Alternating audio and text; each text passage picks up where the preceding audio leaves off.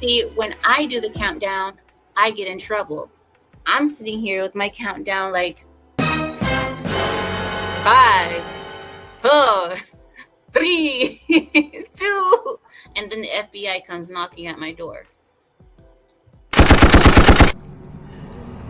What is it you pray for? Oh, this is gonna be good. Greetings, salutations, and welcome to the 125th episode of Abyssal Musings. My name is Samuel the Infamous, and with me, as always, is my co-host, Chola Amira. No, that clearly says Lawrence Knight. Amira is a chola is just it's an opinion. Yeah. We also have joining us tonight. He's got the night off from Ballbusters, and so he was kind enough to grace us with his presence. Adam of the Renaissance Nerd. Hi, yeah, I'm happy to be here because I'm not being all gay in Vegas with everybody. Welcome, dude. Welcome. Now, I'm curious, Adam. How come you didn't go this year? I mean, well, actually, do you even go every year that they have the? I've never been to Vegas, but I can't afford to go to Vegas. That's too expensive. And I just did a road trip a couple weeks ago to Florida for Jed the Hollywood Scholar's wedding, so I'm all tapped out. what I had is gone, so there's no way I'm making it out to Vegas, at least not anytime. Definitely understood. Yeah. Yeah, I'm in the same boat. Even if I wanted to go, it's just not feasible financially. So, yeah, welcome to the show, ladies and gentlemen. We are finally getting to the thing that we promised a while back. We'll let Larry expound more upon that in just a moment. First, we're going to say hello to the chat, and we do apologize about the lateness and the gayness. It couldn't be helped. We got to wipe. You know what I mean? With Kohai Masochist dropping in, saying hello. Good to see you. We've got Old Blindy with us tonight. We have Aaron Laura. Whoa. Stop. No, I'm skipping over all of that shit, man. No, you skip. That doesn't mean anything. Of course, that post doesn't count. It's pinned. Yes, exactly. Kohai is wrong. Where is it? This guy is wrong. Holy shit! Here we go again. Go ahead. I'm just saying. I just wanted to straighten that out so people know that Kohai wasn't first. Yeah. Okay.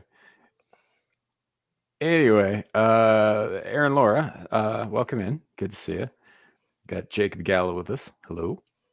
Carrie, good to see you too, buddy. I've already said, yeah, I think I got Old Blindy, but I'm gonna bring him up again just in case. We've got JB with us tonight. Good to see you, man. See Shocking Zulu, Leighton. Just call us gay, dude. You don't have to go that far. That's rude. That's assault. Doc, weren't you just on Ballbusters in the chat? We've got Andy Pickle with us.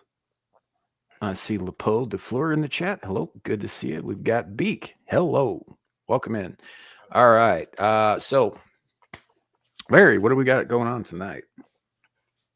Well, as promised a few weeks ago, tonight is a retrospective on a little-known movie called The Thing. We were gonna do. Did you hear that? Hear what? Sound like somebody was knocking on my door. Oh crap! What? Damn cat. Sorry. There won't be any Monsters Ball tonight because Devil is in Vegas. You know how much he loves that segment, so we'll wait for the young man's return. Fair enough. Given tonight's topic, are you sure that was a cat?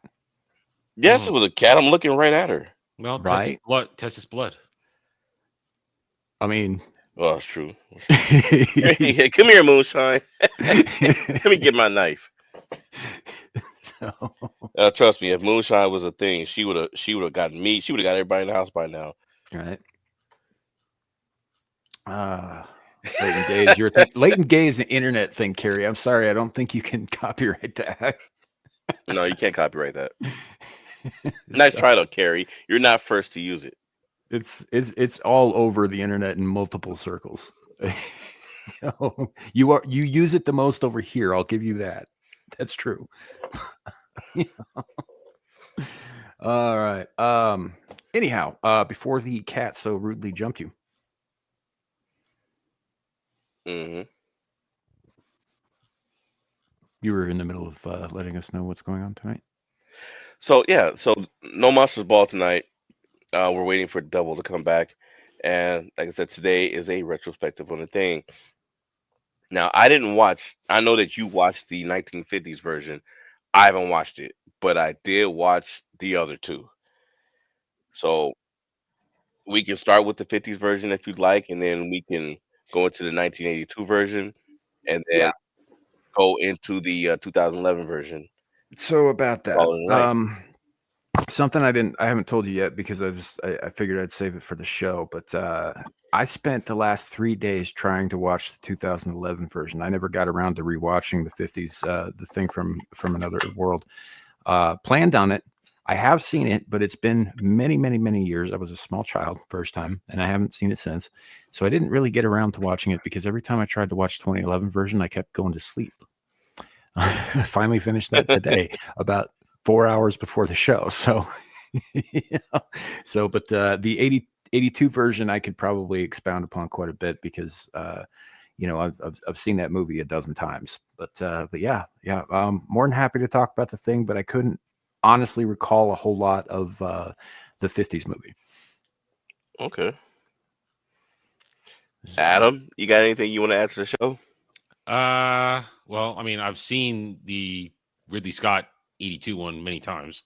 Actually, we John Carpenter. Carpenter, you're right. Sorry, Carpenter. I mixed. They're interchangeable a little bit No. in that era. No, they're not even a little bit. Did he say they're interchangeable? In that Totally era. different styles. And also Ridley Scott got like funding. But I've seen it plenty of times. We in the previous incarnation of Saturday Night Drive-In was a different type of show. I have done an episode on that, but it's no longer there. So at some point we are going to have to redo it on there. But yeah, it is a excellent movie, well crafted, well acted. Really at the time, really great cast. And for, let's see, 30, 40 years, it was a mystery. It should have stayed a mystery until recently, past year or so, where they started trying to tell us that who was the actual thing at the end. It's like, no, you're not supposed to know. That's part of the charm. It's part of the allure of it. Yeah, and I probably should make clear, if any of you guys watching this have not seen these movies, there will be spoilers in this this episode of Abyssal Musings. So just fair warning now. Yeah, but you know what though? I mean, I'll even say this about the 2011 version. This is the type of movie where even if you have spoilers, it's still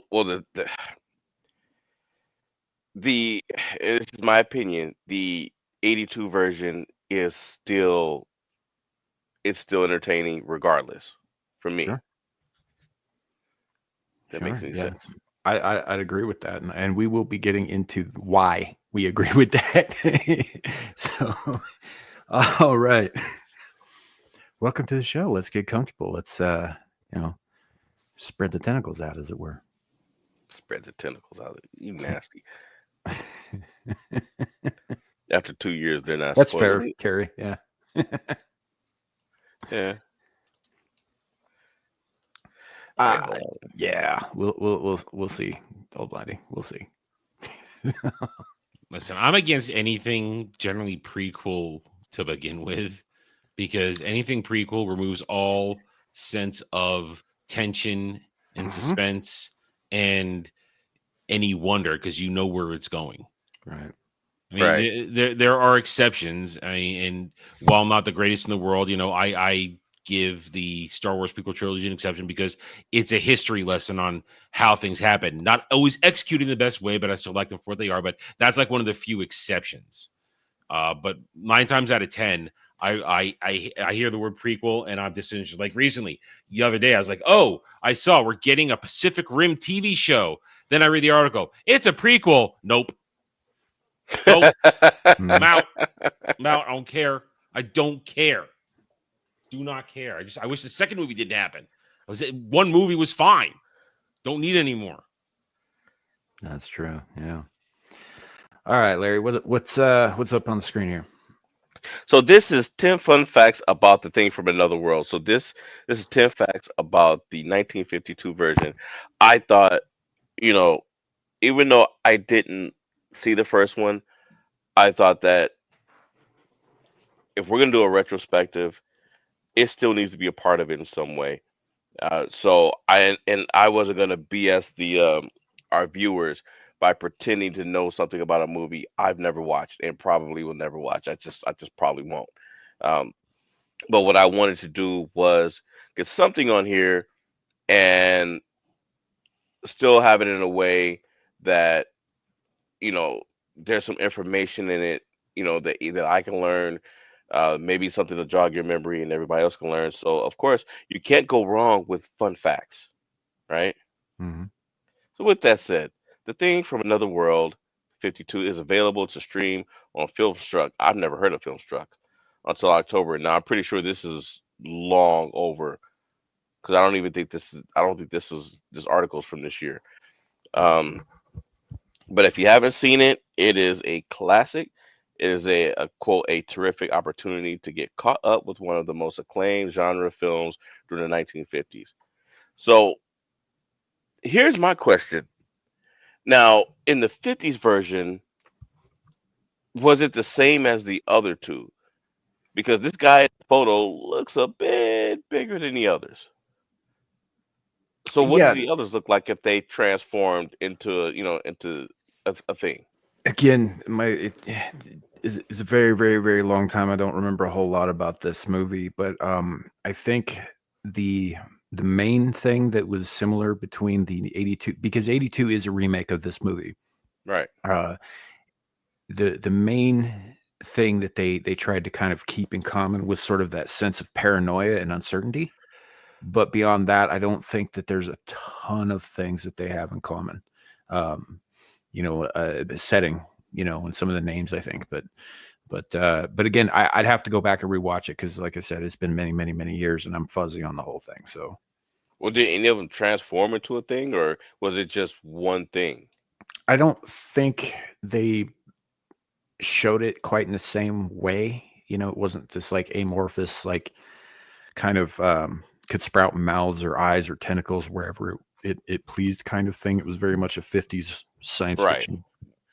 science Right. fiction movie, and some of that stuff. Um, when you go back and you watch these old black and white films, you kind of got to take into account the abilities they had at the time to do practical effects and stuff. And they got really creative with it, but sometimes it's really like there's a movie called Attack of the Spider, I think, or Tarantula. I forget which. I think it's Attack of the Spider, about a giant spider. And this chick goes into the cave where it's nesting at, and she goes, "Oh no," and falls, and she lands on a rope, and she grabs the rope and simulates being stuck to it, but you can see clearly that it's just a rope, and she's holding on to it with her own hands. Like, So yeah, am I it's holding on really right? Am cheesy. I? Yeah.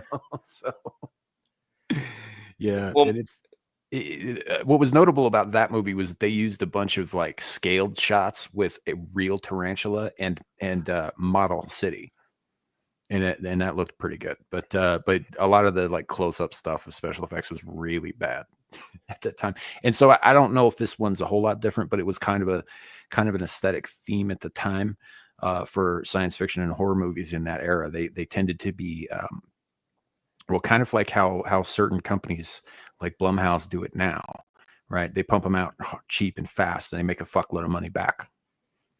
It's not a bad format. I mean, No, it's not. and people do enjoy them. Let's be honest.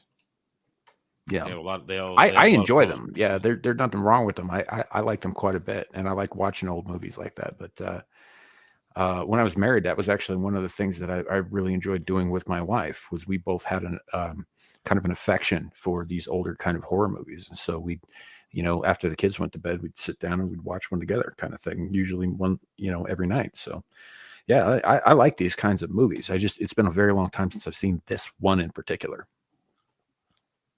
okay. Well, let's get into the facts. Who's Christian Nyby is he's credited as the director, but many critics, scholars, and fans believe that Howard Hawks directed the film. So they didn't even say who directed the film. I mean, that's dedication. If you want to create a suspense mystery and a bit of a cliffhanger, that's the way to do it. You don't even know who directed the movie. It says here Hawks refused to take credit and repeatedly attributed the film to Nyby, who had previously worked under him as an editor. Throughout his life, Nyby was frustrated because by these claims, but admitted that he was inspired by his mentor and Hawks' influence, particularly during the fast-paced dialogue scenes, is plainly apparent. Yeah, that's another hallmark of that era too. Is a lot of dialogue real fast. Yeah. So yeah, I don't know. This might have been before that period of time because there's a I forget what it is. Maybe Adam, or you know, but there's a name that they will put on movies when the actual director wants his name to be nowhere near the thing, and so there is a generic name they will use in Hollywood. If you ever see this on there, it means that the director himself thought it was such a piece of shit he didn't want his name attached to it. I forget what the name is though. I've actually never heard this. Yeah, it's a real thing. Yeah. Isn't it like a Razzie Award or something like that? They get awards every year for having a bad movie.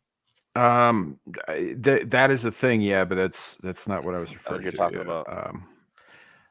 What I'm just gonna look it up real quick. Well, it just looks like these two guys are, they're trying to push credit onto each other. Yeah, which indicates that neither of them were happy with it. With this movie. Oh, look, there's a GIF. Anyway, second thing is this was the first of two films produced by Howard Hawks and his semi-independent RKO-backed company, Winchester Pictures. Hmm. The name is Alan Smythe, Smithee. Oh yeah, there it is, Lepo. Yeah, that's it. Yeah, if you ever see this name as a director's credit, that means that the real director didn't want his name on it. That's hilarious. Yeah. I don't think I've ever seen that. I guess I haven't watched. I mean, I've watched shit. I mean, not utter shit though. You what? Like literal. Yeah, there's a few directors who obviously don't give a shit. You Ebola, I'm looking at you. You know? So yeah. Well, in any event, so it just says the script was written by Charles Lederer, based on a novella Who Goes There, written by John W. Campbell Jr. Campbell was a science fiction pioneer and editor of Astounding Magazine, retitled Analog in 1960 for nearly 4 decades, 40 years. Wow. During that time, he helped launch the careers of many prominent genre authors, including Robert Heinlein and Isaac Asimov. Campbell wrote Who Goes There in 1938 under the pseudonym Don Stewart, although he published many more novels and short stories. Who Goes There is the only one that's been adapted for the screen. Yeah, no, that makes sense. And Heinlein and Asimov kind of defined modern science fiction. Hmm. So yeah, that's pretty cool. Abe, I appreciate the correction. I don't care.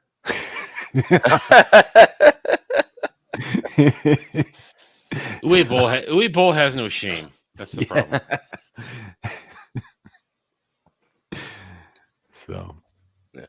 All right. So number 4, the acclaimed writer William Faulkner, who was a friend of Howard Hawks and worked with him on a number of films, is rumored to have attributed to the script, although he's not listed on the credit. Did everybody not have any faith in this film that they made? apparently not. I remember enjoying it, so I don't know what they're all bitching about.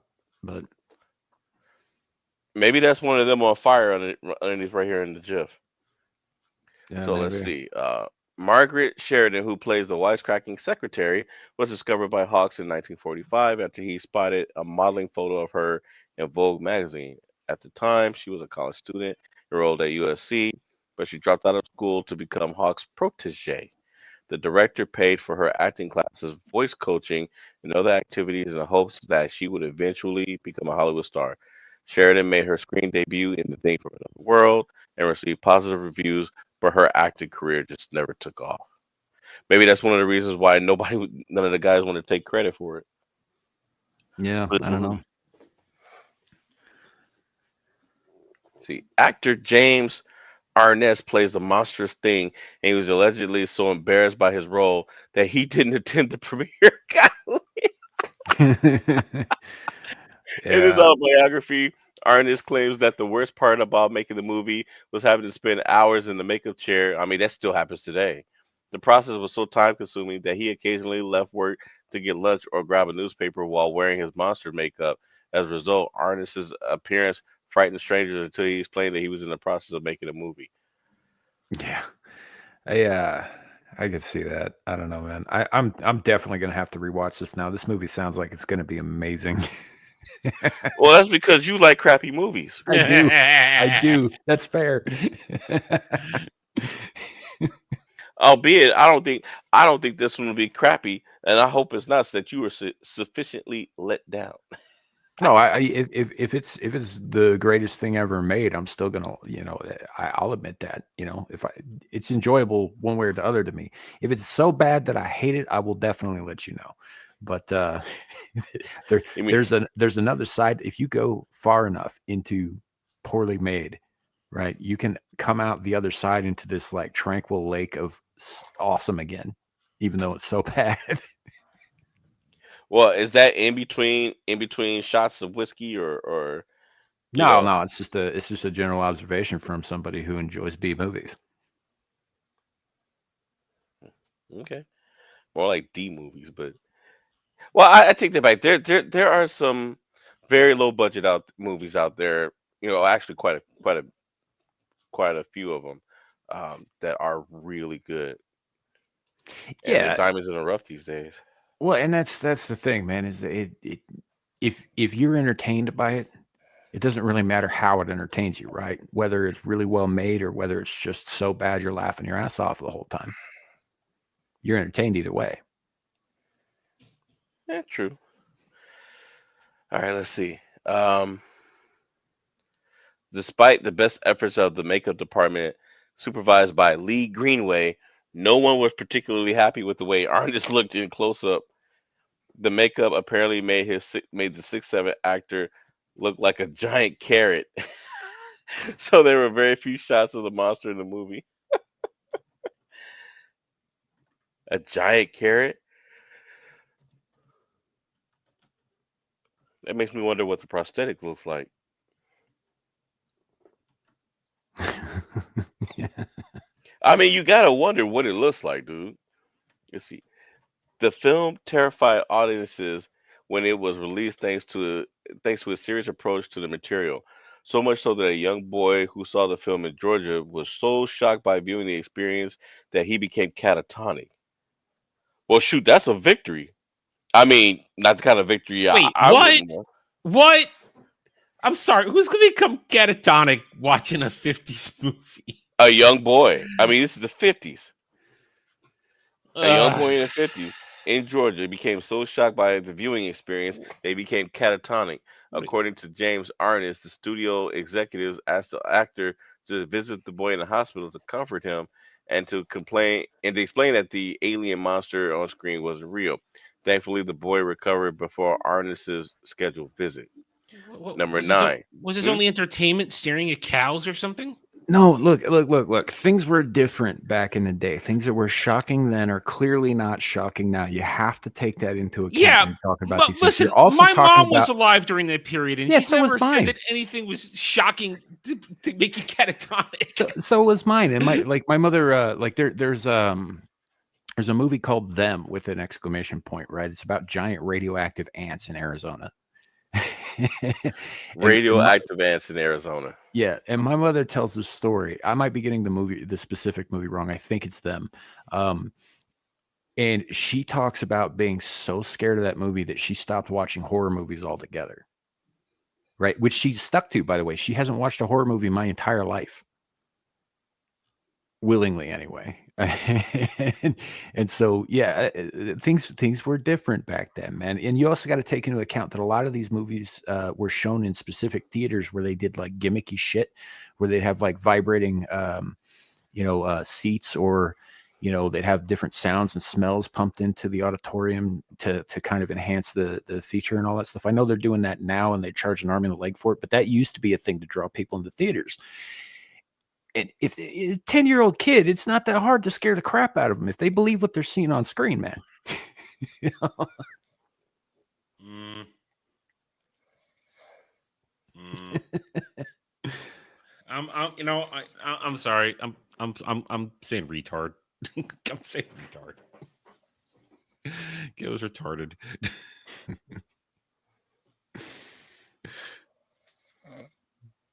Yeah, I don't know. I think it's certainly possible, but it's also possible because these same theaters and the same people who are making these movies would also put out false stories like this to sort of build up the legend of their movies and get people to come and see it. Because you're just like, oh shit, this scared a kid into not speaking ever, right? I got to see what this is about, right? It's Right. sort of like what they did with the Blair Witch Project when they said it was a real story and all the actors in it weren't actors and they were all dead. And everybody believed that until somebody saw one of them out getting a fucking latte in Boston like 2 years later. Well, no, I thought even before that happened, there were interviews with the girl. Yeah, that was all press. That was all made up. Yeah, I remember that when the Blair Witch Project came out, and then it turned into there were some hikers that really went missing. Maybe they did. I think they got lost or came face to face with a couple of grizzly bears. But I you think know, some college kids had a genius idea for making a fuckload of money, and that's what happened. that too. Yeah, I mean, they it could. so sorry. Go ahead. No, go ahead. No, I was saying it unleashed an era of movies that everybody regrets. Then Right, but the you can't found fault the footage filmmakers for era. that. No. But then, hey guys, let's make found footage movies over and over and over again. No, Yeah, it got please annoying. stop. Please stop. Okay. All right. Let's see. Number 9. John Carpenter's included a clip for of the thing from the outer world from another world in his horror film Halloween. Carpenter would later go on to direct his own adaptation of Who Goes There, simply titled The Thing, which was a more faithful adaptation of Campbell's original story. 10. Carpenter's film inspired a prequel in 2011 also titled The Thing, which starred Mary Elizabeth Winstead, which is one of Samuel's exes. No, just kidding. Additionally, The Thing from Another World has been credited for influencing many other films, including Horror Express, Alien, and more recently, Last Winter and The Thaw. Yeah. Now, here's the funny thing. Now, this I don't know why I thought I said 12 facts. It's 10. Earlier I said 12 facts and it's 10. Um, again, because I was getting ready to blast the thing. I was like, look how it says this, but it doesn't. Um, all right, Sam, that brings us up to the 1982 version. Yeah, it's not only a modern classic, it's just a all around really well done film. Like even from the ground up, really. Like they had a stellar cast, right? The setting and the sets were really well done. You believed it was as cold as they were saying it was. Um, the obviously the special effects even today still hold up for the most part. They're all practical. And they did some pretty cool stuff. There's tentacle movements in that like they I'm pretty sure I know how they did it, but I'm not 100%, they did it that well. Uh you know, and they didn't focus on, like, there is gore in it, there is monstrousness in it, there is, like, body horror in it, but the most of the movie is really just a subtle buildup of dread and tension, and it works so well.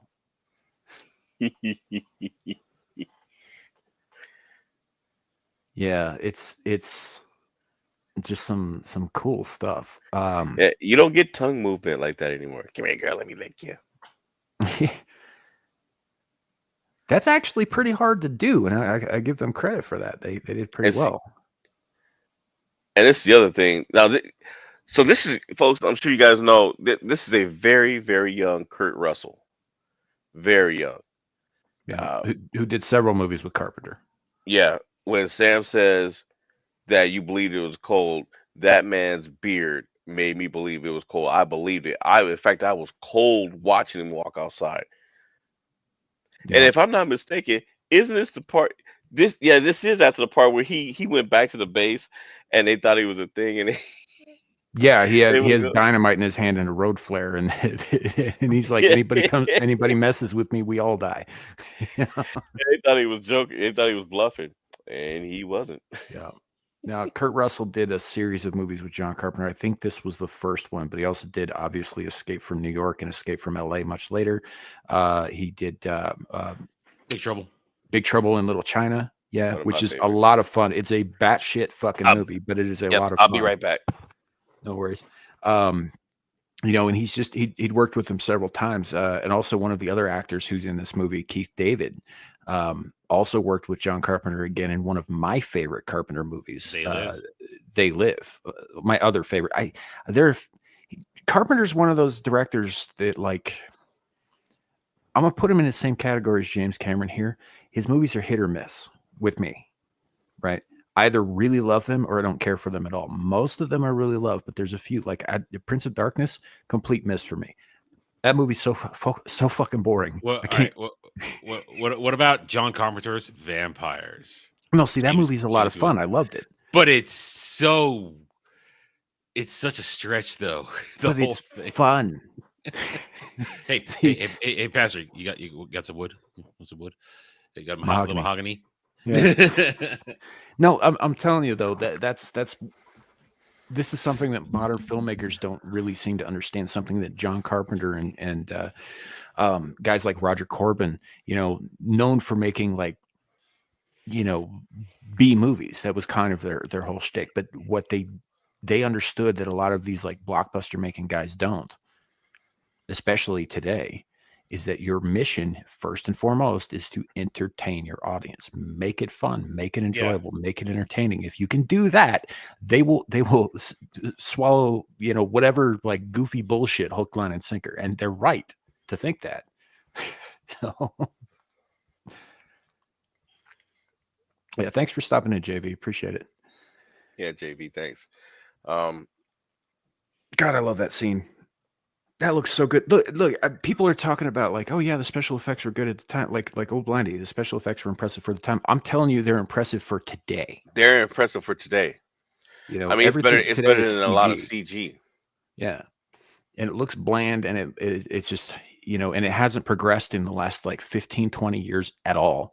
You know, they were doing shit with CG in the Lord of the Rings movies that makes everything that comes out today look like fucking stop motion animation. That's a problem though. If they become so reliant on CG, the art of the practical effect, the makeup work, it's lost. I mean, there was a show a decade ago on Sci-Fi Channel, even when it was SIFI. It was a special effects show where special effects artists were competing for jobs, and, like, the first couple of seasons were spectacular because they had really great talent. And of course, it fell off because then you're starting to scrape the bottom of the barrel to try and give them chances. But there was still a period as of 10 years ago, 15 years ago, where there was real talent out there and these people knew what they were doing. But now, a scant decade later, there is no talent anymore for practical effects.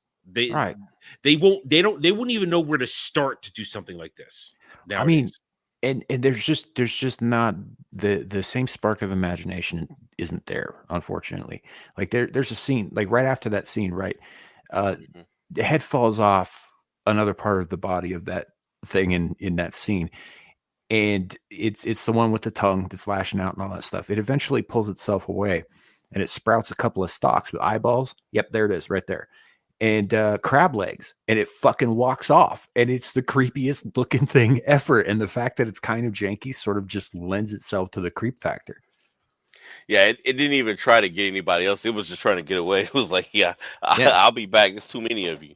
Well, what was interesting about that too is they really stuck to that idea that this thing wasn't actually like, it was malicious in that it was killing them and taking them over. What it was trying to do was not kill everybody. It was trying to survive. Yep. So there were moments like that where, a piece of it would just break off and get the fuck out because it knew the rest of it was about to be destroyed.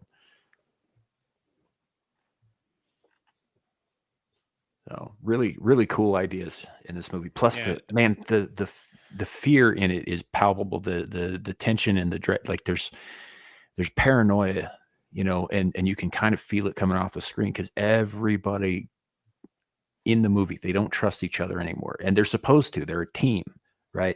But you can feel it kind of breaking down between them. They're just like, I don't know if you're even you.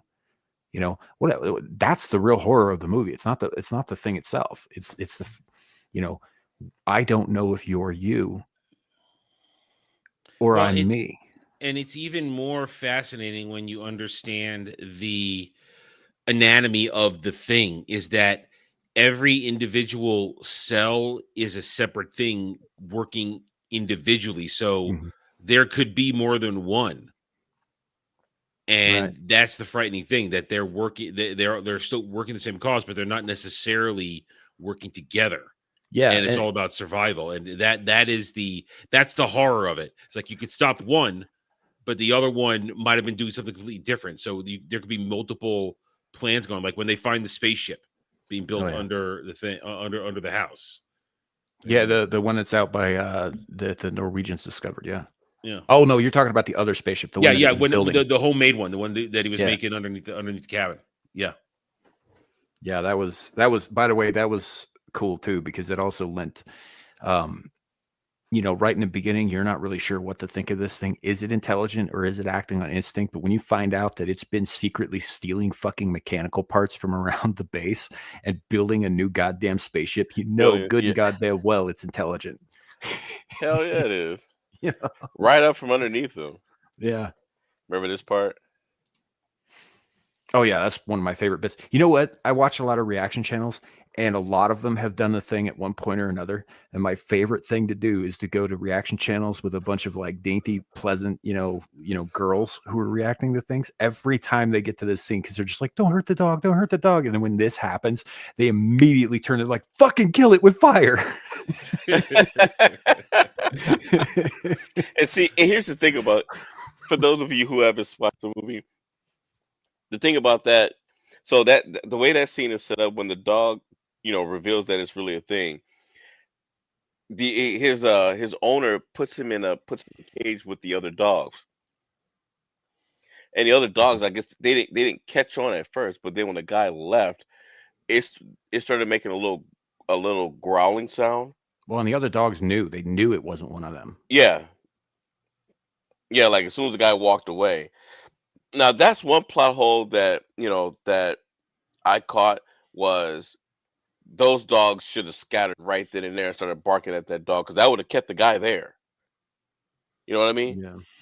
If they just started freaking out over that dog, that would have kept them there. So that was the only thing. But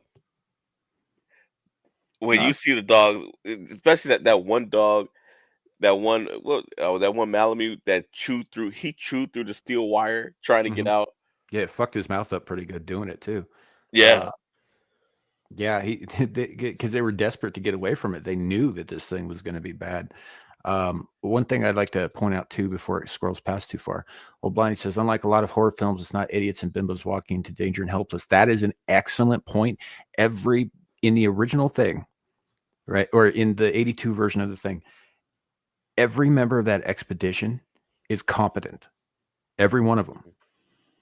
They're intelligent people. They're playing scientists, and they're, obviously not McCready. McCready is, a pilot, but even him, he's competent, and he takes charge. He's not an idiot. He's not making stupid mistakes, right?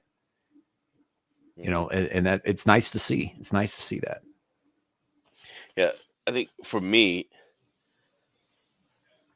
just going back to the dog segment, when the guy came back, and I told you this when we talked about it earlier in the week, when he opened up that cage and those two dogs jumped out, they knocked him down and took off running. They were like, "The hell with this, I'm going." Fuck this shit, I'm out. Yeah. I mean, and it was funny how they did it too, folks, because he didn't turn the light on. There was a light that was inside the cage. He didn't turn the light on. He opened up the cage and it was still pitch black in the cage. So he's opening it up and he's standing there trying to see. And I'm like, dude, you're right next to the light switch. Just turn on the damn light switch. But No. those dogs came out of the shadow. They were like, "Roar!" and took off running. Yeah. Yeah, it's I don't know. I think they did really well. Those dogs were very well trained too for that scene. Oh yeah, when the dog face comes back Yeah. at the end of the movie, that is some wild shit. they, they did so well, and this is like, not to jump too far ahead, man, but this is why one of the reasons I'm extremely disappointed with the 2011 movie, because none of that looks good, not anywhere near that good, Mm-mm. you know. But no, it's a fucking fantastic movie. If you guys haven't seen it, I recommend watching it. Is one of the for a couple of reasons. Number one, the practical effects alone are worth it. Number two, it's well written, well acted, and well directed. It's got this kind of steady score that is really just a couple of bass notes, right? And Yeah. it just kind of but it drives the tension home like a heartbeat. It's really cool. Yeah. That score, that music score is creepy. And like you said, and it's so simple. It's just a Mhm. simple. I don't even think you have to be a musician to even play that score. No, not at all. If I remember correctly, I think my commentary on this when I did this on the show, it's a subtle score. Yeah. It's nothing to write home about, but it clearly drives home the moments Yeah, imagine each time. watching the movie without that score. It wouldn't have the same Yeah. impact. Yeah. Yeah. It's what we always classify as, it's nothing you're going to put up there as a greatest of all time, but it does its job in the moment and it does elevate the movie. Yeah. Yep, it absolutely does. And it's just, and that alone, and the we're gonna probably cross into like more spoiler territory here, but the ending, man, the ending is one of the classic all time, great endings in horror. Like it's a fantastic horror movie. It's a pretty good science fiction movie. It's definitely one of the best cosmic horror movies ever made. To be fair though, there's like dozens of those, and only about 5 of them are worth watching. But Yeah. but it's got this ending that is actually very cosmic horror. And like a lot of things out there, this was actually inspired by H.P. Lovecraft.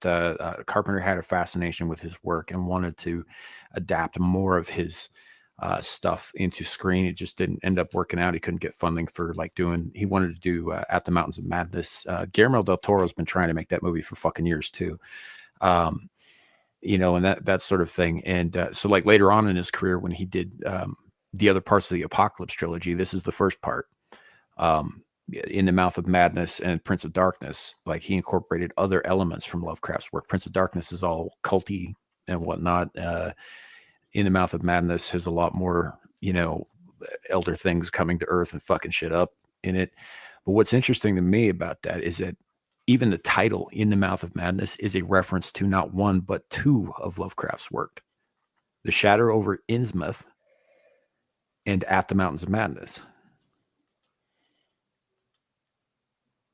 Really cool stuff. But yeah, that ending is fantastic, because you don't know.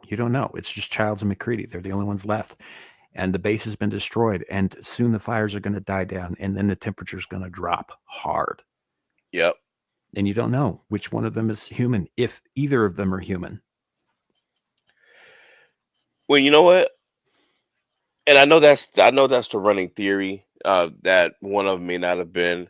I did read one. Someone put together a decent case, explaining why they think that Keith David was the one that Keith David was turned. But at this point, like you said, that thing is just trying to survive. I think it trying to replicate one of the other guys is not gonna. It's not gonna do anything. It's not gonna help. Yeah, well, I think that trying to put a definitive stance on the ending of this movie kind of undercuts the movie It itself. does. I mean, it was established one of them was a thing, but you're not supposed to know who. Yeah. And I mean, that's why it ended the way it did. You're supposed to feel kind of, this ambiguous dread, like, holy shit, they're really ending it like this. And that's the impact of it, right? If you knew definitely whether McCready or Childs was the thing, right? The ending wouldn't matter that much, it wouldn't have that same impact. It wouldn't have that same feel of like, holy shit, right? Mhm. now, I mean, here's a question though. I'm just because I've seen it so many times that this thought comes across my mind. They should have just let it get in its new ship and leave. I mean, It just wanted to leave the planet. It's not like it wanted to take over the planet. It just wanted to get the fuck out of there. Let's be honest. I mean, yeah, I could definitely see that. I'm a little less inclined to agree with that. Not that. I mean, you're probably right. They probably should have just let it go. But I'm of the mind that after Wilford Brimley stuck his fucking fingers up that guy's face, that no, fuck it, blow the whole goddamn thing up. Good old Wilford Brimley. He was only like what 40 at that time. Yeah, Good Lord, yeah. that man was old at 40. Yeah. But yeah, when he grabbed that dude by the face and his fingers went inside the skin, and he just starts hauling him around like he's part of his own hand, kind of thing. Yeah. Like I was just like, nah, fucking burn it all down. And that sound of Yeah.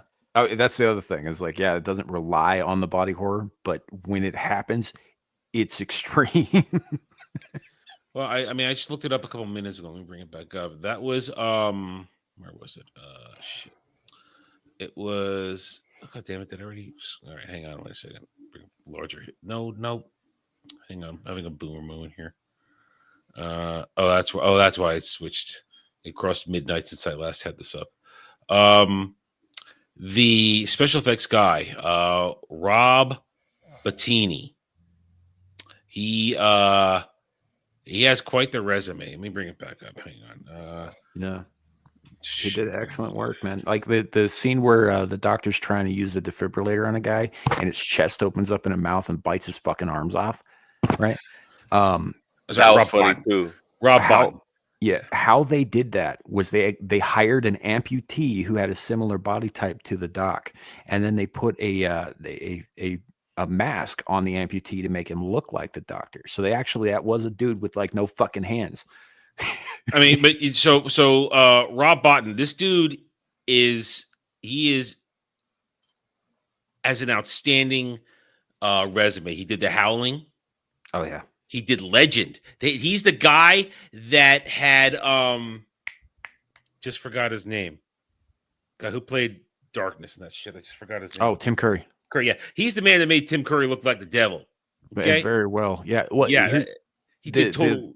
Go ahead. If I remember right, this guy was actually an apprentice of Stan Winston because if he did The Howling, so Stan Winston had contracted to do the effects work for An American Werewolf on London, which came out around the same time, and they wanted to hire his studio to do The Howling, and so he ended up sending his apprentice off to do The Howling while he finished up with An American Werewolf, and which is why some of the effects look kind of similar in that, like some of the transformation effects, is because the dude who did The Howling apprenticed under fucking Stan Winston.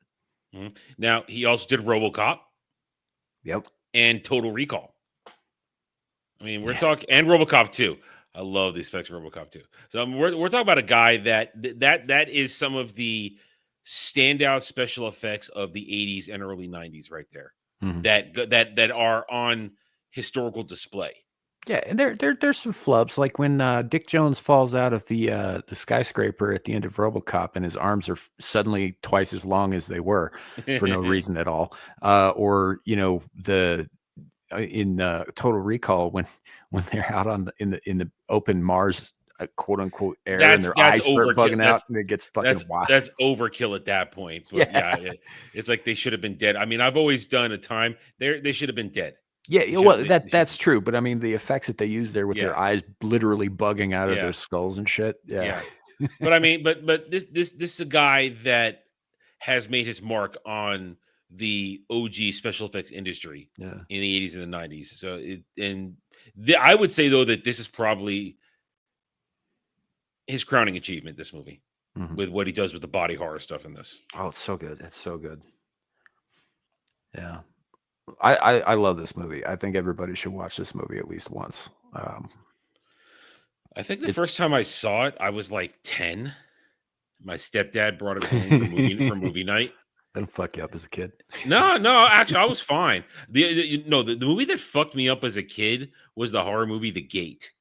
That's what fucked me up. That movie really messed me up for a while. That was about demons, right? Yeah, these kids open up a gateway to hell in their backyard, and it's just horrible things keep happening. That one messed me up for a while. That would mess me up too. I should not have watched it. That was one of the failures of. I was given a lot of freedom with early cable television. Just okay, we're gonna let them watch HBO and all that stuff, no problem. Yeah, no one was around that day, and I watched that horror movie, and that I could not go to sleep that night. I couldn't. I was like, oh god, demons. I developed a healthy fear of claw hammers after I watched Halloween 2 when I was 9.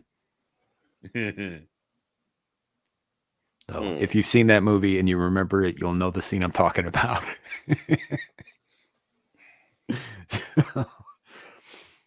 Yeah, I got over it eventually, but yeah, for a while there, I was pretty fucked up over that. Did you go back and watch The Thing to calm yourself down? No, I'm pretty sure it was Jaws. It's been my favorite movie since I was 3. No. Huh. Well, I guess you're in the minority because according to this, it flopped upon its release. Yes, that is also true. And this was in a time too when like Betamax was still around, man. VHS was still very new, and only rich people could own VCRs. The rest of us had to go fucking rent them from video rental stores. You know, so it wasn't until later when that became a more prevalent thing that people started picking it up from video stores, and it really kind of found its audience then. You know, it's funny because there's a lot of movies that are kind of considered beloved and classics today that sort of started out, you know, bombing at the box office, kind of thing. So, Okay. Well, what do you think about this? The fact that this movie flopped upon its initial release. yeah, I think it happens. You know, I was 2 when it was initially released, so I couldn't have. Yeah, I contributed could have to been that. much older than that. Too. So it came out in '82. So I was, yeah, I Like was, 3 or 4 somewhere. yeah, In I there. was like, yeah, I was about 3 or 4 years old. Um, but check this. So the film opened to unfavorable reactions from both critics and fans alike, panning the film's gory effects and bleak tone. Famed film critics Siskel and Ebert spit on this movie. Ebert called it a barf bag movie, while it was and said it was inferior to other earlier genre entries like Alien. One review actually described Carpenter as a quote pornographer of violence. The film only managed $19 million gross in its opening week. Yeah, I don't know, man. I like you remember when Siskel and Ebert had that like 30-minute show at like 6 p.m. on Yeah. whatever network it was, and they would review whatever movies came out, and they did that for years till Roger Ebert passed, and then Gene Siskel went on and did it for on his own for a while after that. But I remember watching the one where they reviewed Batman Returns while it was still in theaters, Mhm. right? And they said the same shit about that movie, man. They were just like, yeah, well, this movie's dumb as hell and needlessly violent, and referring specifically to the bit where Danny DeVito's penguin bites the mayor's nose off, Yeah. you know, kind of thing. And, you know, and it was just like, I don't think it was. I think you guys were wrong about that. And at that point, having seen the movie myself, I just kind of stopped listening to critics. You know, So, and honestly, if you yeah, guys want thanks, to see a Gary. movie, if you guys want to see a movie and people are crapping all over it, no, As a go legend. see it. If you want to see it, then go see it. Yeah. You know, I mean, yeah, it's like you might enjoy something that everybody else hates. It happens all the damn time, right? Like even the movies today, like our good buddy Adam here spends most of his YouTube time shitting on people who like things that he doesn't like, and that's fair. Well, stands fucking deserve it. Yeah, that's I mean, I can kind of get behind that, but at the same time, it's like, if they're not, if it's just somebody who just happens to like the thing, they're not out like, they're not, first of all, not getting paid to talk it up, and secondly, they're not out attacking people who don't like it. If you like a thing, just fucking like it. I have no issue with that. All right, I need to defend myself. I know. Listen, I choose to do it, one, because a lot of people I go after, they declared war first by saying that we were all insert insult name here for not liking what they like. So they threw that gauntlet down. I'm simply carrying on the battle. Secondly, I'm at a point where, perfect example, Wheel of Time on Amazon. That thing is such an abhorrent abomination and bastardization of the actual lore that Robert Jordan created, that people who support that, I don't care if you like it, you are a single-celled moron who who drinks dirty hose water and licks windows. Okay, first of all, fuck off about the hose water, you big pussy. Yeah, you say that like you drink it. Oh no, hey, Larry, he's not one of us. He's never drank from a hose. He had juice boxes. I was given beverages as a child wherever I went. Forgive me for that. Anyway, no, the point is though, these people who are truly not fans, claiming that this is the best thing ever, better than the source material, I will attack and say, no, F you for liking this. You are a dimwit, you're a moron, you're a retard. I'm at this point where I will say, no, you don't get to enjoy this shit, because the shit you enjoy has destroyed everything that was good. So you don't get to like it. I don't play that game anymore. I don't get to, you get to like it. No, you're an idiot. You're an idiot. I'm sorry. Yeah, I see it as no sweat off my back. They want to like something I don't like. That's fine. I like plenty of shit that other people don't like. But you see, you are the natural option of, you don't care if anybody likes it or dislikes it, and you're not out there seeking it. You're a rebel. I mean, these people like this, again, the Wheel of Time stands, they call those of us who questioned it immediately, they're like, you're book cloaks. You're because white cloaks are in that franchise are basically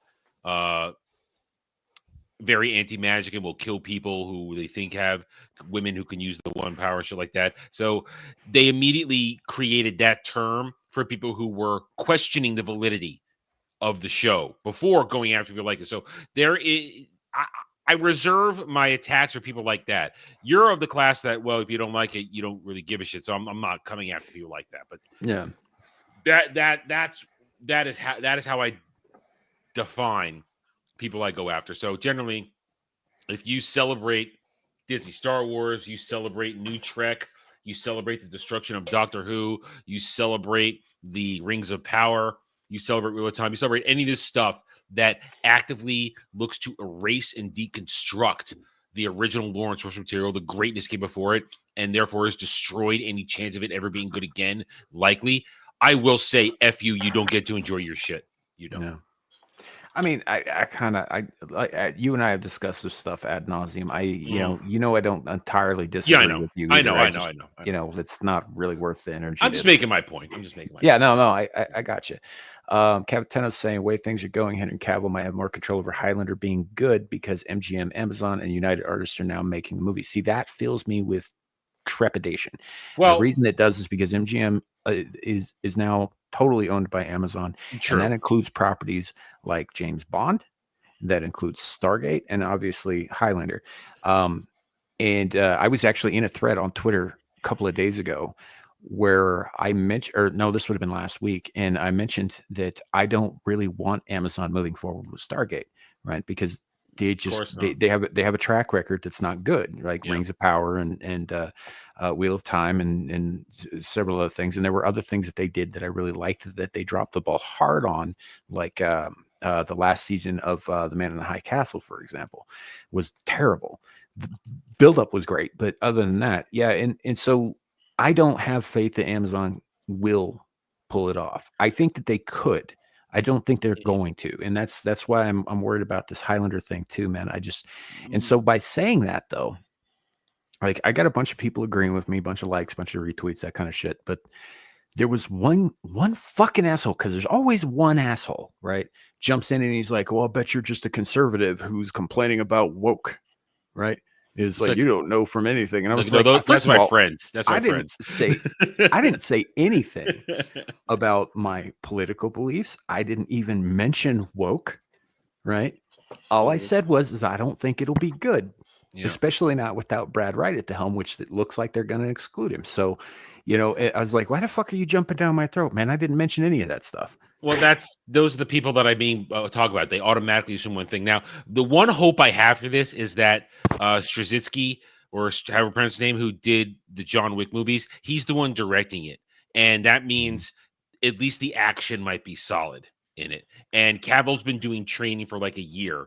For Action the was sword work. solid in The Witcher. It was still a shit show. Yeah, well, I'm saying Cavill's been taking it seriously. So I have a slim hope. I mean, we've talked about this in the like last year. We've talked about this before. I have a slim hope. It's not a thick hope. It's not a large hope, but it's a slim hope. Now that it's landed on Amazon MGM, I don't like that much either, because I don't have a lot of faith in Amazon when it comes to genre, because look what they've done, like you said. Yeah. But it's I haven't heard anything that has made me sick of it yet. And let's be honest, as we've stated in the past when we've had discussion, the Highlander franchise is not exactly been healthy anyway. It's been fucked 6 ways from Sunday with its multiple timelines and this and that. And it has like 4 separate timelines, depending on where you decide to pick it up. And it's not like it's got a set in stone lore you have to abide by outside of the rules of the Immortals, and how they fight, how they die, and what the quickening is. That's about it. So there is room to mess around, and he doesn't even have to be Connor or Duncan. He could be a different McLeod, because you've had Connor and Duncan, 2 different McLeods, be the Highlanders, and even Duncan killing Connor to get his quickening power so that he can be strong enough to defeat another guy. So I mean, the Highlander, that was dumb, but yeah, that was not a good movie. Yeah, that was the last remotely watchable movie. The worst one is the one that came out on Sci-Fi Channel a few years later. The Source, that you wouldn't even know that was a fucking Highlander movie. Point is, Highlander is so effed anyway. In my opinion, they can't do anything worse to it that's already been done. So that's why I'm willing to see what they're gonna do. Right. I don't know. I'll be patient. I'll wait, because I do like Henry Cavill. I don't think that he's the the greatest actor in the world, because I don't have a vagina. But he's okay. He's all right. I enjoy him and stuff. I'm not falling head over heels with T-Rex arms there. He does too, by the way, out there, ladies. If you're fawning all over this guy, take a good look at the length of his arms versus the length of his torso. It's a little off. T-Rex arm thing again. Here we go. Like, it reminds me of that scene in Meet the Robinsons where the T-Rex is trying to grab the thing, but he can't because his head's in the way and his arms are too small. Anyway, back to the thing. All right, so the opening titles were made using a fish tank. I believe that. With the way that with the way that the opening comes on. If any of the crew at Outpost 31 actually spoke Norwegian, this film would have been different. You said that last week while we were on the phone. Yeah. The opening of the film featured a Norwegian chasing and shooting at the shape-shifting thing that had made itself appear as a normal sled dog. However, what the man shouts actually translates into a warning. So, had any of the crew at the outpost spoken the language, the film would have been drastically different or a hell of a lot shorter. The lines literally translate into, quote, "Get the hell out of here. That's not a dog. It's some sort of thing. It's imitating a dog. It isn't real. Get away, you idiots."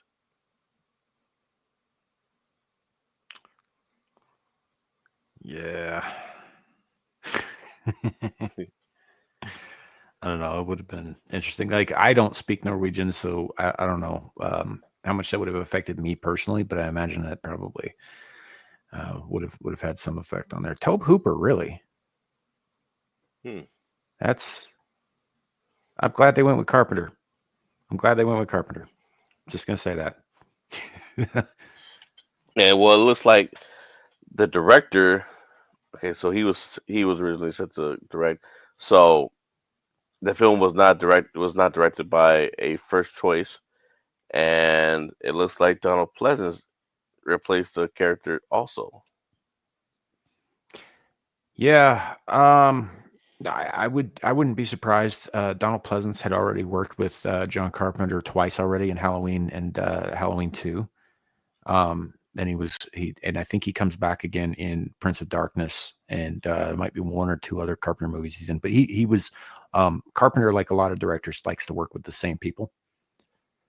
When he's making stuff, so he'll have certain actors work for him over and over again and all that. So it wouldn't surprise me if Donald Pleasance was first pick. He just maybe couldn't do it, or I don't know. But I'm glad Tobe Hooper was not selected to direct this, because there's only a handful of movies that he's done that are actually good. Hmm. So, the original Texas Chainsaw Massacre, everything that came after that was complete shit, but the first one was good. He did Poltergeist, which was also good. And I'm actually looking at his filmography right now. There are some movies on here I like, but I know for a fact they're shit. He also did Coming to America, though. That was a good movie, and also one of the few on here that's not horror. So I don't know, but I'm glad it was Carpenter. It was something that he wanted to do, and he got to do it.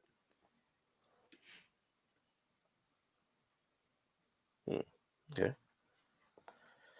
The thing was a game changer for Universal regarding budget.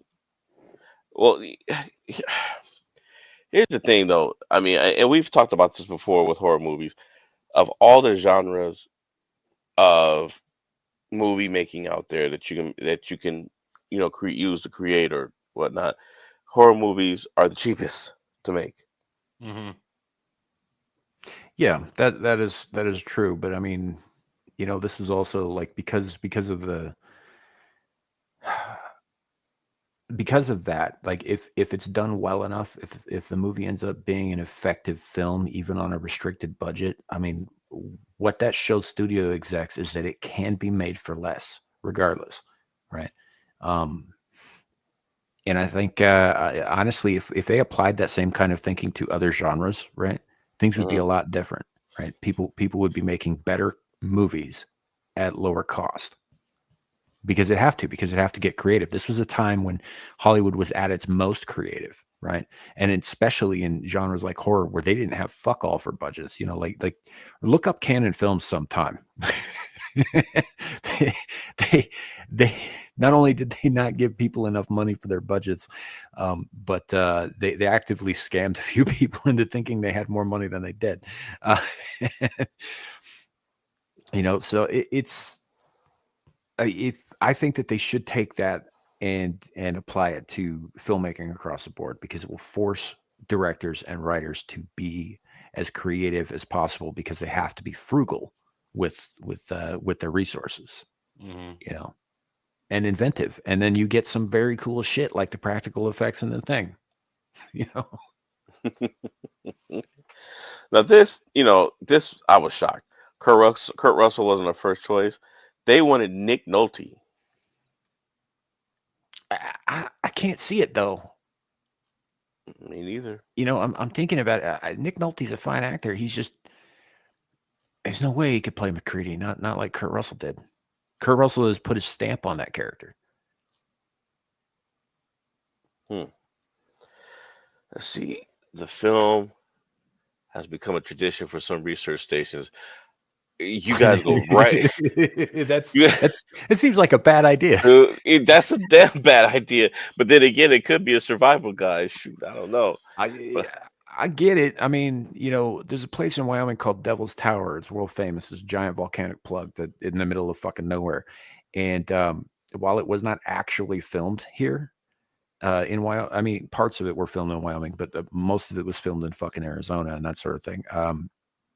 Or like a movie called Close Encounters of the Third Kind, which actively features that bit of geography as part of the plot, right?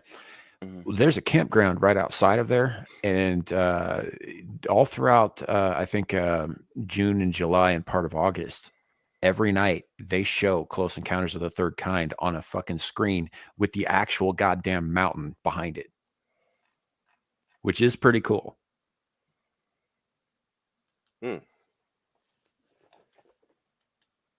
Well, folks, make your way out to Wyoming.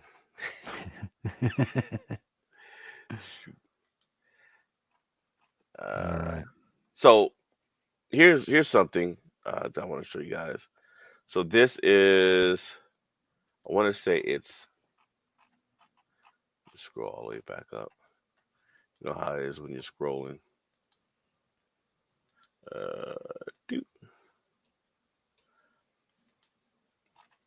So this is 10 things you didn't know about the thing, Sam. Okay. So we already know this. Yep. Toby Hooper was originally chosen as director.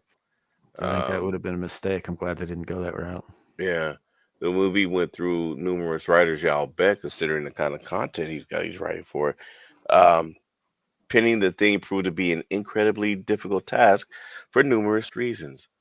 Many writers wrote rough drafts for the movie, including Toby Hooper, novelist David Wiltz, and William F. Nolan, who penned Logan's Run in the late '60s. Logan's Run is a good movie. It's a classic, isn't it? Mm-hmm. Yeah, it's you've heard that expression, never trust anybody over 30. Yep.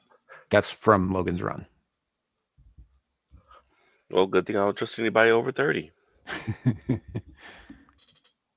And I mean nobody. Well, I'll just leave right now. I mean, Larry's over 32, so I mean. Yeah, I'm over 32, so you're good, man. Let's see. The writer went over Carpenter with one scene. Which one was that?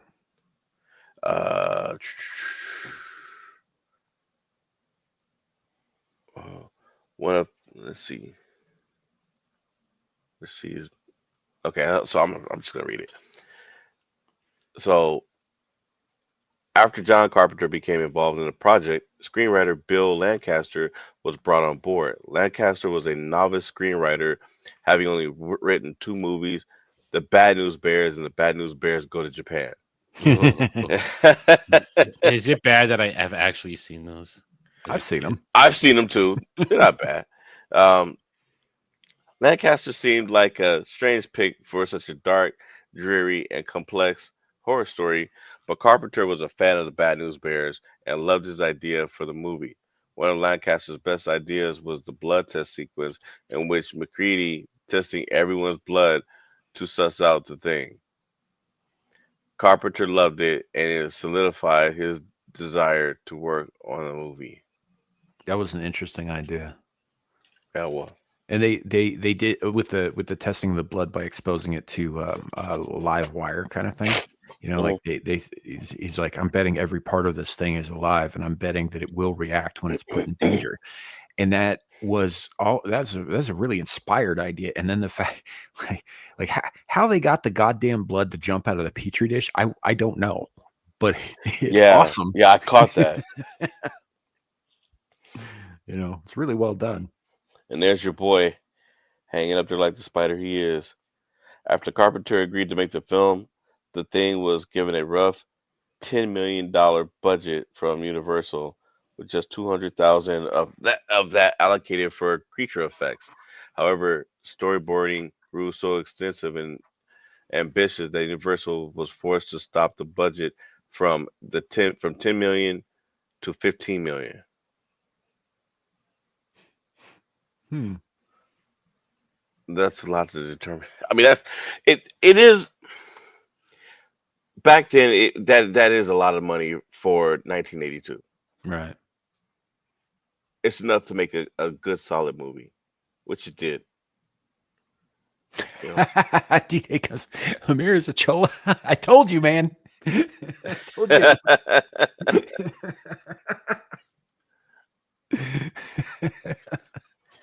It's the first thing came to my mind too, DJ. Well, it's also in the underneath my name. Oh, is it now? I can't. Yeah, it's real small on my screen. I'm not seeing that. I'll give you guys some context on this photo. So Amira went on Lapeef last week, um, and it looks like someone scanned her, scanned her, scanned her, scanned her face, and then uh, used AI and they created a thumbnail with her face looking just like this, and it was a segment where it was her against another panel guest. So it was the other girl that's in the photo. And so Amira's facing her like she's ready to fight. And you can see the girl, not only can you see her backing off, but it's like she looks all innocent. It was just funny. It was just like, oh, I'm just innocent girl, and and Amira sitting there looking just like this, like I'm a chola.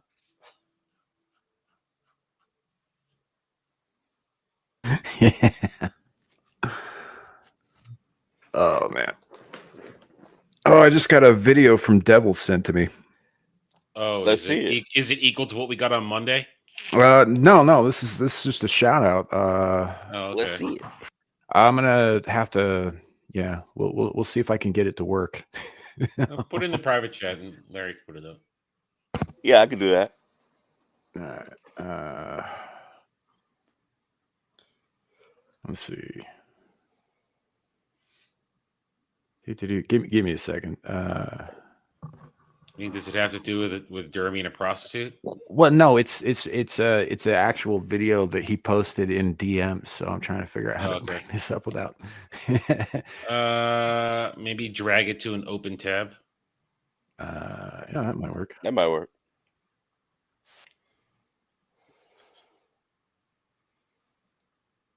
Try. Hold on, I think I got an idea. Okay. I'm gonna share screen, but don't bring it up just yet, Larry. Okay. All right, I've only got one screen open right now, or one monitor on right at the moment. So, all right, I should be able to bring that up now. Alrighty. And I'll let me know, and I'll press play. Hey, gal in the back.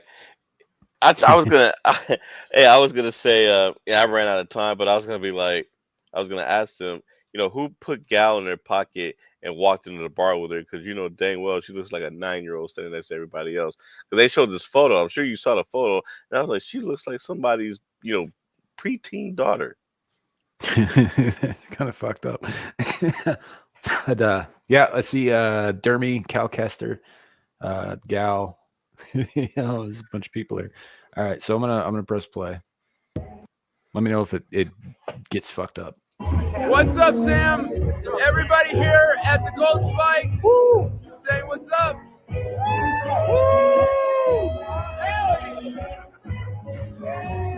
See you next week. That play all right? Yeah. Yeah, it did. Oh, good deal. Good deal. All right. So y'all heard it. Devil will be back next week. They are currently partying it up in They're currently high, drunk, and who knows what else. Yeah.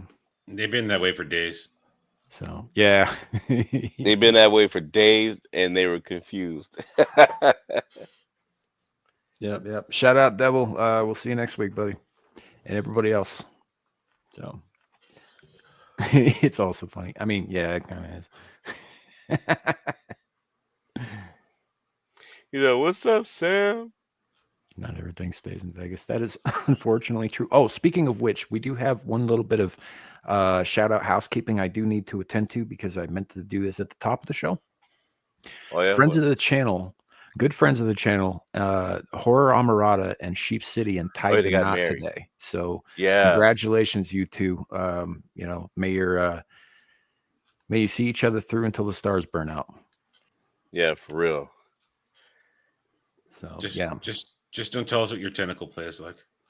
Well, she's a tentacle beast too, right? Yeah, that's why I said I don't want to know. But in all seriousness, congratulations. Yeah, absolutely. Congratulations to those two. They're great people, friends of the channel. We do have them on intermittently, but they're both very, very busy. So, yep, I did see that. I saw the video that they posted on Twitter. Gary Nerdrotic actually officiated their wedding. Oh, nice. Yeah, which was pretty cool.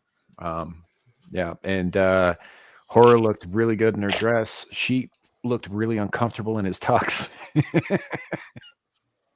Well, he like pulling at the collar because he was uncomfortable. Yeah. he just looked like he's like, why the hell am I wearing this thing? And as soon as So, he got closer, like he really wanted to be there. It just, you could tell he wasn't used to wearing formal wear. So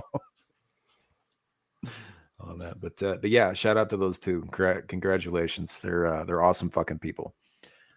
So that out of the way. Yeah, man. Should we talk about this next movie? well, just before we segue into it, there is a couple of things about the '82 version. So I had a feeling. I was like, you know what? Considering the type of movie it is, somebody had to have gotten hurt on set. And sure enough, somebody did. But when I was digging around, it said there were, there were a few incidents and accidents, which, like I said, considering them using flamethrowers and all the other stuff that they were using, it's a testament that, a lot more people didn't get hurt. Well, who got hurt definitely did not help. Keith David got a broken hand, and he did not seek medical attention for that hand until he was forced to go to the hospital, like towards the end of filming, because his hand was so swollen that he had no choice but to go. And a prosthetic hand was made for him by the crew to cover the injured hand, which is visible in some scenes. So you could actually see his broken hand in some scenes. Damn. I'm gonna have to go back and rewatch that and look out for that because I didn't know. So, It sounds like something you would have done. Yeah, well, I the broke my other, hand once too and refused to let anybody know that it was broken for like a week. It's not a good idea. yeah, the other thing that happened, Kurt Russell's face, he got burns on his face. Yeah, One of that makes yeah, sense. yeah, one of the stunts went bad, and it burned his face. So, you know, hopefully his beard caught most of the fire. I mean, he looks like he was all right. Yeah, it makes sense though because they were working in close proximity with a lot of fire on that film. Yep. In 1982, like they were still safer than the past, but they still weren't. Like sometimes you sacrificed yourself a little bit for the shot. You know what I mean? Yeah, definitely. Um, and here's the other thing that came up. So there were talks of a reboot back in 2021, and a few news outlets had asked John Carpenter, was he going to be involved in them, and he said maybe. So I was like, okay, well, this is just out of COVID, just after. I wonder if it's still going to happen. Hmm. So this this article was posted August of last year. So James Wan is doing his own adaptation of the thing. We'll see if that actually happens, but yeah. I, I mean, it looks like he's dead set on doing it. James Wan is producing an upcoming horror series that I believe will be worthy successor to the thing. I'm one of the biggest fans of John Carpenter movie output there is. I don't know about that. The thing being my personal favorite. The 1982 Chiller stranded 12 men in an Antarctic research outpost with a shape-shifting alien monster. Critics ripped the film to pieces upon release, but over time, it's come to be recognized as one of the best horror movies ever made. And and that's funny too because there's a lot of movies out there that are being credited with influencing people's lives, not just giving them, a certain amount of time of influence so you can see what they're scratching. Yeah. I don't, I kind of don't really want this thing to happen. Really? No, no, because if this is like a sequel to the movie, then they're going to have to definitively, tell us what happened after the credits of the first movie. And I don't think they should do that. I think that they should leave it the fuck alone. I admit I felt that way too. Um, I mean, there's only so many times that you could redo a movie. I mean, good night. Now let's segue this into the 2011 version, and Oh boy. I mean, I'm about to go into a rant. There's just no way around it. I watching the 2011 movie was time that I will never get back. I suffered several emotional shocks watching it. I fell asleep twice. My favorite one was where I fell asleep, went forward head first into my damn keyboard, which promptly woke me back up. Um, Did you have do you have the home keys on your forehead? no, but the indent was on there, so you could kind of see the letters, like the letter H was on my forehead. It was like an H and a D. Yeah. I mean, I hit the damn thing hard too. Why it comes out? What happened? Both. But yeah, here's the thing about the 2011 version. Sam spoke earlier about the ambiance of the 82 version, the tone, and it's not just the tone that makes that movie creepy. It's how it's how Carpenter cut the scenes up. So when a scene stops and it switches over to another one, it's abrupt. It's not just abrupt like a quick switch over. It's like the scene dims a little bit and then slowly shifts. So it's just creepy the way it has it. Every step, every mark is creepy. This one, I understand. Yes, 2011. They used the whole, aliens, you know, the aliens version of the quick movement, high action. The movie was not scary. No, There not were even a little no, bit. huh? Not even a little bit. Not even a little bit. There were little tones and stuff that they try to copy it. Well, what they did was they didn't really give homage to it. What they did was if you watched the 1982 version of the movie first, you just watched half of the 2011 movie because there's a lot of scenes in the 82 version that they just copied and pasted. These people were doing the same exact doggone thing. Same exact things. There was barely anything new in it. The only difference is that one of the ladies had gotten infected. and that didn't happen in the first one, in the 82 version. Because there weren't any ladies in the 82 version at either Well, camp. I mean, there were, but they wouldn't have volunteered for a mission like that. You know, but yeah, no, the women should. That was the number one thing that got me right off the bat. Is like, why in the hell are we dragging women out to an isolated area filled with dudes who haven't seen, civilization in months or years? Exactly. Sex. Right, but these were supposed to be scientists, part of the team, Okay. not hookers. Okay. And it's like, first of all, that's a bad idea, no matter how you slice it. And there was a little girl bossing in it. Not A little. There was a fair amount of it. But it was just, I don't know. This movie sucks, man. It's fucking bad. It's one of the. First of all, it's not just not scary. It's fucking boring. It is. And And the parts that you would think is creepy, it's creepy for a different reason. It's not creepy because it'll scare you or disturb you.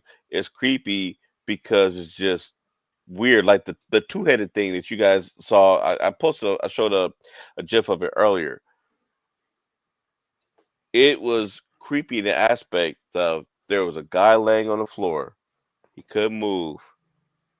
The thing has already absorbed. Of course, it observed one of the other guys. It walks over him. Now it's on all fours. It walks over him, slowly leans down on top of him, and then turns his head and puts his head next to the other guy's head, and just starts slowly turning him into that two-headed thing. you know what kills me about that scene? Right. Right. So they explain how this shit works, right? It infects your body and then it imitates it and takes it over. It sort of hollows you out from the inside and turns you into it, right? And Mhm. that's what they were like, oh yeah. And so we're going to visualize how that happens and stuff. Except that every time that it does it off screen, it does it at a rapid pace, Mhm. right? And this not only took fucking forever, but it never completed the process because it had to pause mid-absorption to chase some motherfuckers down and then get burned to death. And that whole scene took like fucking 15 minutes. Yeah. It was so dumb. And just, oh man. And that's the thing, is this, we all thought this was supposed to be like a remake or a reboot when it first came out, right? And Mhm. I'll admit, I didn't watch it until this week, and I'm not super fucking happy about that. It's not. It's a fucking prequel. It's supposed to be telling a story of what happened at the Norwegian camp that they find in the 82 version, except that they extrapolated, they all of the stuff, that all of the clues that they find in the 82 version, none of that except for this Two-Face thing even fucking happens until the goddamn end credits are rolling. Right. Almost like it was an afterthought, like, oh, we better figure out a way to tie this in, or the nerds will be upset. Well, I'm upset because the movie fucking sucks.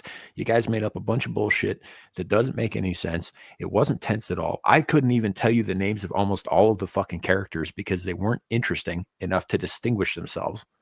Yeah, for real.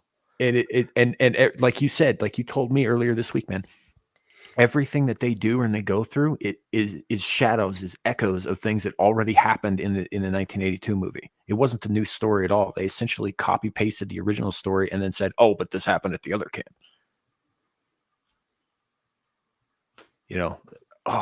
Oh man, I think I hate this movie, Larry. You know what? There was one scary part, and that was when the credits were going up, and that man, hey, told his friend, hey, get to the chopper and go after the dog. That's when, if you guys can make it through the 2011 movie all the way to the end without hanging yourself or worse, the beat that you hear is the beat that they took from the 1982 version. It is that slow single beat Yeah. that set the tone for the whole 82 movie. They didn't use it to the. Now I understand that it made sense because they had basically segued from their movie into the '82 movie, and so it was appropriate for them to use that beat.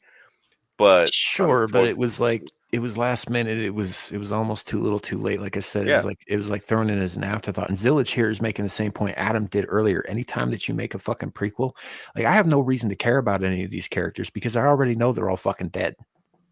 yeah. You know? And see, and here's the other thing too, to add to my gripe. The thing is all about survival, right? When you Mhm. watch the '82 version, when it assimilated someone or attempted to, it did it when it made sense, and it was so efficient that a lot of those assimilations happened off camera. To add to the fact that you don't know who's who. And man, once that thing really started got rolling, I knew right then and there, I was like, oh man, I'd have been dead. Mhm. Because at one point, let's say if there was like 8 people in a room, wasn't it like 6 or 7 of them were taking over? And it was at that part where I'm trying to think of Or when they got the dudes tied to the couch, and then the one dude's yeah, head turns into the thing and eats that other guy. Yeah. yeah, Yeah, there were most of the camp, the remaining camp members were in that room, except for Wilford Brimley's character, who was still locked up in the shed. right. Um, But I think he'd already turned because he was the one that was sticking out and building that spaceship. yeah, but they didn't know that yet. Right? Right, And as the audience, we didn't know that yet. That was one of the brilliant things about the original movie is you don't know more than the characters do.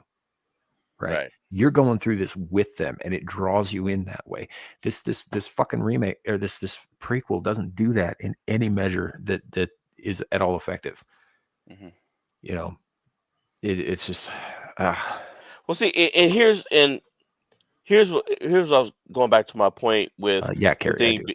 with the thing being survivors, right? Mhm. When you have an organism that is all about survival, why would you start attacking people while you're on a helicopter headed somewhere, headed to a place that's potentially more populated populated with more people? Oh man, that scene was so fucking stupid. Um, everything about that, like you got the two American pilots, right, and you got the other American who's sitting in the back, and then you've got the wounded Norwegian that they're trying to take to the other base to get medical attention, right? And the Right. wounded Norwegian's acting fucking shifty the whole goddamn time, right? And it's like, well, obviously, I'm supposed to think that this guy's really the thing in disguise, right? And then bait and switch for no fucking reason at all. The American who's trying to reassure him, oh, you'll get help, we'll get you to safety and all this stuff. His face fucking splits and tentacles sprout out of it. And it, Yeah. it was just like that was the dumbest fucking like I wasn't surprised. I wasn't scared. I was just like, okay, that happened. And it was some of the worst fucking CGI I've ever seen, by the way. and, and- And it was dumb. I'll go back and say it again. If yeah, Why would an organism that is where its own survival is paramount, why in the hell would it put itself in a position where it's going to attack people and then crash the freaking plane and then explodes? yeah, doesn't make any Makes no sense at sense. all. Right. And so obviously that guy's dead because he's been consumed by the thing. I'm assuming that the wounded guy in the back of the helicopter who wasn't wearing any safety belt equipment of any kind probably died in that crash too. And we're also led to believe at first that the two American pilots died. And back at the camp, when they see the thing go down, they're just like, oh shit, we got to get to him. It's like, well, we can't without our helicopter, which is being refueled over at this other place. We can't do anything about that. And so at some point during a snowstorm, the two American pilots just kind of fucking waltz back into camp from a place they said was not accessible. And Yeah. they're fine. And they're somehow both human. Really? you know? Oh, that was, Yeah, that was ridiculous. It was. like, dude, if the script had been better, right, had been tighter and smarter, I probably would have enjoyed this a lot more. But the actual script was dumb as fuck. And there's your potential ex-wife. You know, look, she's cute, but she's not. My brother's more into Mary Elizabeth Winstead than I am. She's a home wrecker. Is she? What? Dude, Hugh McGregor cheated on her when he was still married. Cheated with her when he was still married to his first wife.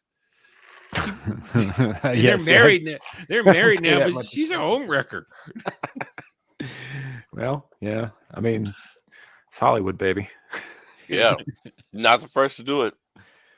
You know, oh, dude, D-Day. I fucking love Slither. It's probably my favorite James Gunn movie ever. I love that movie. Speaking of bad movies that are so bad they're awesome. You see this guy? This guy made it to the end with Mary Stuart Masterson, Antonia, whatever her name is. Those are several Yeah. different people. Yeah, Right. that's like 5 different actors. Right there. Yeah, I just messed them all into one. I mean, the thing got him. But he gets turned into a thing, and I'm like, okay, well, when and where did that happen? Because they about torched everybody. So Yeah. how did he get changed? When?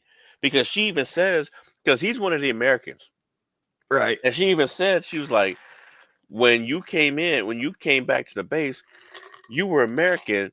And she said, I knew you were still human because of your earring. And he goes to touch his ear, and she goes, wrong ear. Well, okay, well, if everybody else has been dealt with, how did he get turned? So that happens on the ship because there's an extended period of time where they lose track of each other, right? She falls into the vent and then finds all the like alien Tetris looking thing. And he's just wandering around shouting her name out with a fucking flamethrower, right? But for a period of time they're not in contact with each other, and it's supposed to be assumed by the audience that because they were separated that he somehow got changed before the thing attacked her, right? Which I don't necessarily buy either, because it's too goddamn obvious a setup, right? I mean, yeah, that's probably what happened in a fucking movie, but it wasn't. I don't know. It doesn't have the same impact as like the end of the first one where Childs is gone for a while, right? And even as the audience member, you're kind of assuming that he's out there either lost in the snow or dead, because you don't see him again until he shows up at the end of the movie, and you're just like, fuck, you know. But here's the thing: is McCready was away from him too. They were both on their own, so it's conceivable that McCready could be the thing as well, and all that. But you don't know. You don't know. It's all left up to your imagination, which is brilliant. But this, it was just so obvious and on the nose that they were trying to replicate that so hard that they fucking missed the mark, man. You know, and I think it's a shame too, because this is Joel Edgerton. Joel Edgerton is a fantastic fucking actor. I can't believe he's been in some shitty stuff, but like he's really good, and it's kind of a shame that they went this way with his character. And of course, the girl fucking lives. This is the other major plot hole. She fucking lives, right? Gets into a vehicle with enough gas to make it to the nearest Russian station, which is like 50 miles away or whatever. The other stuff that happens at the beginning of the original movie with the Norwegians in the helicopter chasing the dog, which is the thing, right? It starts the whole thing. That happens during the credits, and they get all set off, which for some reason, by the way, why the fuck is Lars alive all of a sudden? You know, like That's what I said. Very fucking dead, you know, and she somehow gets away, and we're to expect that she was in no way fucking affected when we know that every single cell of this thing can replicate itself, right, into you, right? Like she didn't get any of its goose splattered on her at any point. Like she's totally safe to go to another fucking occupy like a place with a population that it can fucking turn. Right, like everything about that ending, like she doesn't die because she was a woman. That's plain and simple. That's the only reason they didn't kill her off. Well, it's keeping a tradition with the final girl. Yeah, Thanks, Friday the 13th franchise. But in this context, that makes no sense because everybody needed to die, or we're looking at worldwide contamination one way or the other, right? Right. You know, so like, no, it makes absolutely no sense that she gets away scot-free and nothing happens there. You know, I don't know. There shouldn't have been women at the fucking base in the first place, and there's no way that a woman is going to outlast all the beefy fucking dudes. I'm sorry. This is not happening. She should have turned and he should have survived. Yeah. I mean, the one chick, there were two chicks there, and the one chick did turn, right? Yeah, the other one, yeah. You know, which, I mean, it makes sense because, you know, she was frightened and vulnerable and all that. And I could totally see that happening. Plus, when Mary Elizabeth Winstead's character finds all the blood in the shower and the fillings and stuff, which is how she's like, oh, this is how we can tell. Just let me see if you have fucking fillings, and that's how we'll know you're human, which is really stupid. Excuse me. You know, and you have no way of knowing at that point. This was like the one point where they were just like, you know, okay, now you don't know who's what because you don't know who is in that shower, whose blood that is, you know, any of that stuff. And I was on board with that. And then, you know, the chick's like comes up with a bullshit story about so and so coming in with a towel to clean it all up. And I was just like, okay, it's her. It's fucking her. It's obvious as shit that it's her. As soon as this bitch turns her back, the other one's going to try to eat her with, like, you know, tentacle teeth, which is exactly what happened. Exactly what happened. You know? So, yeah. And she moved sucks, way too fast, too. Yeah. I was like, wait a minute, you ain't supposed to be able to move like that. Yeah. By the way, what are we supposed to do with autism and tardiness if there's no pub? I don't know, man. Take the night off, stroke one out, you know, relax a little bit. Go find the Pink Ranger. Yeah. Never need an excuse to stroke one out. It just happens. I mean, Adam, your pants had better be on. They're on. I promise. So yeah, this. I hope I'm not putting off anybody who actually wants to see this. No, I tell a lie. I'm absolutely hoping that I put you guys off watching this piece of shit because that's what it is. A piece of shit. Fuck it. Fuck this movie. It was unnecessary. It has no business existing, and it's dumb as fuck. You know, and you're talking to a guy who loves bad fucking movies. This was not a bad movie. This was a horrendous movie that thought it was a good movie. Fuck it. Fuck it right in its stupid ear.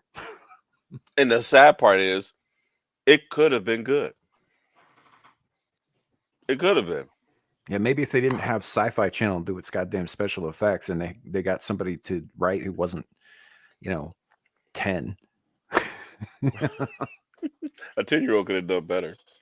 Right. I just did, Aaron. I just told you exactly how I feel. I was being very honest with you guys. Well, folks, that is the show.